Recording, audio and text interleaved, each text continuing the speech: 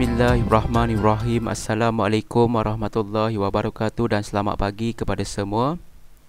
Cikgu harap kamu semua sihat dan bersedia untuk mata pelajaran pendidikan kesihatan pada hari ini.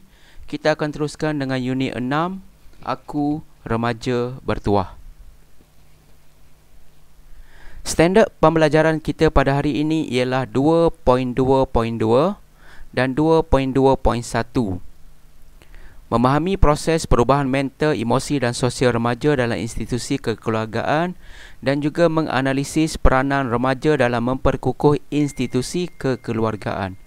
Objektif pembelajaran pada hari ini, pada akhir pembelajaran murid akan dapat melengkapkan peterdakap tentang perubahan yang dialami oleh seorang remaja dan juga dapat menyatakan 5 peranan remaja dalam memperkukuh institusi kekeluargaan. Adakah kamu remaja? Apa pendapat kamu?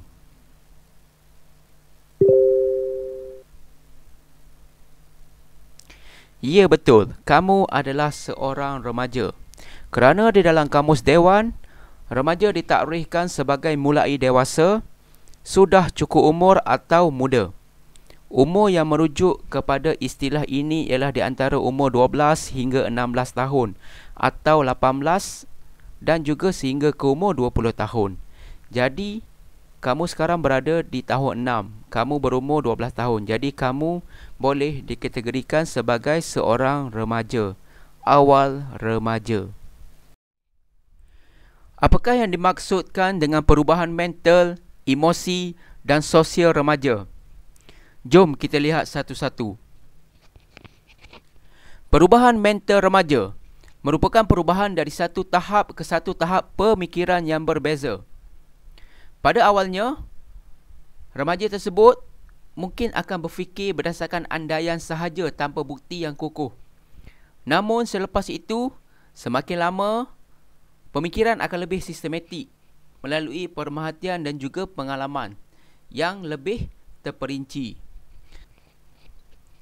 Perubahan positif yang boleh dilihat terhadap mental remaja ialah remaja akan mendengar dan bersedia menerima pandangan orang lain. Dan juga, remaja itu boleh berfikir dengan matang dan juga positif. Sebagai contoh, bila berada di rumah, anak-anak boleh menerima dan mendengar pandangan daripada ibu dan ayah. Baik, sekarang kita teruskan dengan perubahan emosi remaja. Emosi ialah rasa hati atau perasaan seperti gembira, marah, sedih dan sebagainya. Perkembangan emosi boleh dilihat di kalangan remaja seperti perasaan meluak-luak dan memberontak, perasaan tidak tetap dan sentiasa berubah-ubah, perasaan kecewa dan duka cita yang berpanjangan. Perasaan memberontak sebagai contoh, jika idea kita tidak diterima, kita akan terus memberontak. Tetapi, perkembangan emosi yang positif adalah bagus sekiranya remaja memahami perasaan sendiri dan juga perasaan orang lain. Dan juga remaja itu berusaha mencapai kesedaran, keinsafan, bertanggungjawab dan rasa boleh dipercayai. Sebagai contoh, bila berada di rumah, remaja tersebut dipercayai oleh ibu dan bapa, diberikan tugas dan tanggungjawab. Jadi perasaan emosi itu akan berubah menjadi emosi yang positif. Manakala perubahan sosial remaja adalah merujuk kepada interaksi atau hubungan dengan keluarga, rakan, jiran, guru-guru dan sebagainya. Perubahan ini perlu dititik beratkan kerana remaja mudah dipengaruhi oleh persekitaran luar. Interaksi yang positif ataupun perubahan sosial remaja yang positif boleh dilihat sekiranya remaja mempunyai rakan sebaya dan juga mempunyai hubungan yang baik dengan jantina yang berlainan. Kedua, remaja itu tidak mudah terpengaruh dengan persekitaran luar. Sebagai contoh, remaja tidak terpengaruh dengan rakan sebaya yang melakukan aktiviti yang tidak sihat seperti merokok, mencuri dan sebagainya. Apakah faktor yang mempengaruhi perubahan mental, emosi dan sosial remaja? Mari kita lihat. Faktor pertama ialah latar belakang keluarga. Di sini kita akan melihat kepada peranan ibu dan bapa dan juga kefungsian setiap anggota keluarga. Ibu dan bapa memainkan peranan penting kepada remaja. Oleh itu, setiap perubahan yang berlaku kepada remaja adalah berdasarkan kepada peranan ibu dan bapa dalam mendidik remaja tersebut. Kedua ialah persekitaran luar, iaitu pengaruh rakan sebaya dan juga pengaruh media massa. Kedua-dua ini adalah penting kerana persekitaran luar memainkan peranan penting dalam membentuk remaja. Apakah peranan remaja dalam memperkukuh institusi kekeluargaan? Bagaimanakah caranya? Jom kita lihat satu-satu. Yang pertama ialah menghormati dan menghargai ibu dan bapa. Bagaimanakah caranya? Yang pertama, remaja perlulah patuh dan mendengar setiap nasihat yang diberikan oleh ibu dan bapa. Yang kedua, lemah lembut semasa berbicara dengan mereka. Jangan gunakan perkataan yang menyinggung hati mereka. Yang ketiga, gembirakan hati mereka, sebagai contoh mendapat keputusan yang cemerlang dalam peperiksaan. Peranan remaja yang kedua ialah boleh berfikir secara matang. Sebagai contoh, remaja boleh memberi pendapat yang positif, boleh membuat keputusan secara sepakat dan juga boleh menerima pandangan ahli keluarga yang lain. Peranan remaja yang ketiga ialah bertoleransi ataupun bertolak ansur.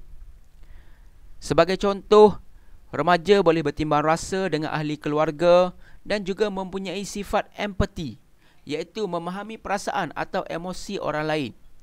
Jika seorang remaja memahami perasaan ibu dan ayah, adik-beradik yang lain, sistem kekeluargaan akan menjadi lebih baik dan juga positif. Peranan remaja yang keempat ialah berdikari, iaitu melakukan kerja tanpa perlu disuruh dan juga boleh menyelesaikan masalah sendiri dan sanggup menerima hukuman di atas kesalahan yang dilakukan. Sebagai contoh, anak-anak boleh melakukan kerja rumah tanpa perlu disuruh oleh ibu dan ayah. Abang sapu sampah, adik lap meja, kakak basuh pinggan mangkuk. Peranan remaja yang kelima ialah berdisiplin dan menjauhi perkara yang negatif, iaitu sentiasa melakukan perkara yang baik dan berfaedah di luar atau di dalam rumah dan mengelakkan diri dari terjebak dengan rakan dan perkara yang negatif. Sebagai contoh yang saya sebutkan sebelum ini, membuli, merokok, mencuri, merompak, itu semua adalah perkara yang negatif dan patutlah dijauhi. Say no. Peranan remaja yang terakhir ialah bertanggungjawab. Sentiasa membantu dan menyokong ibu bapa dan adik-adik di rumah dan mengetahui peranan dan tanggungjawab masing-masing dalam keluarga.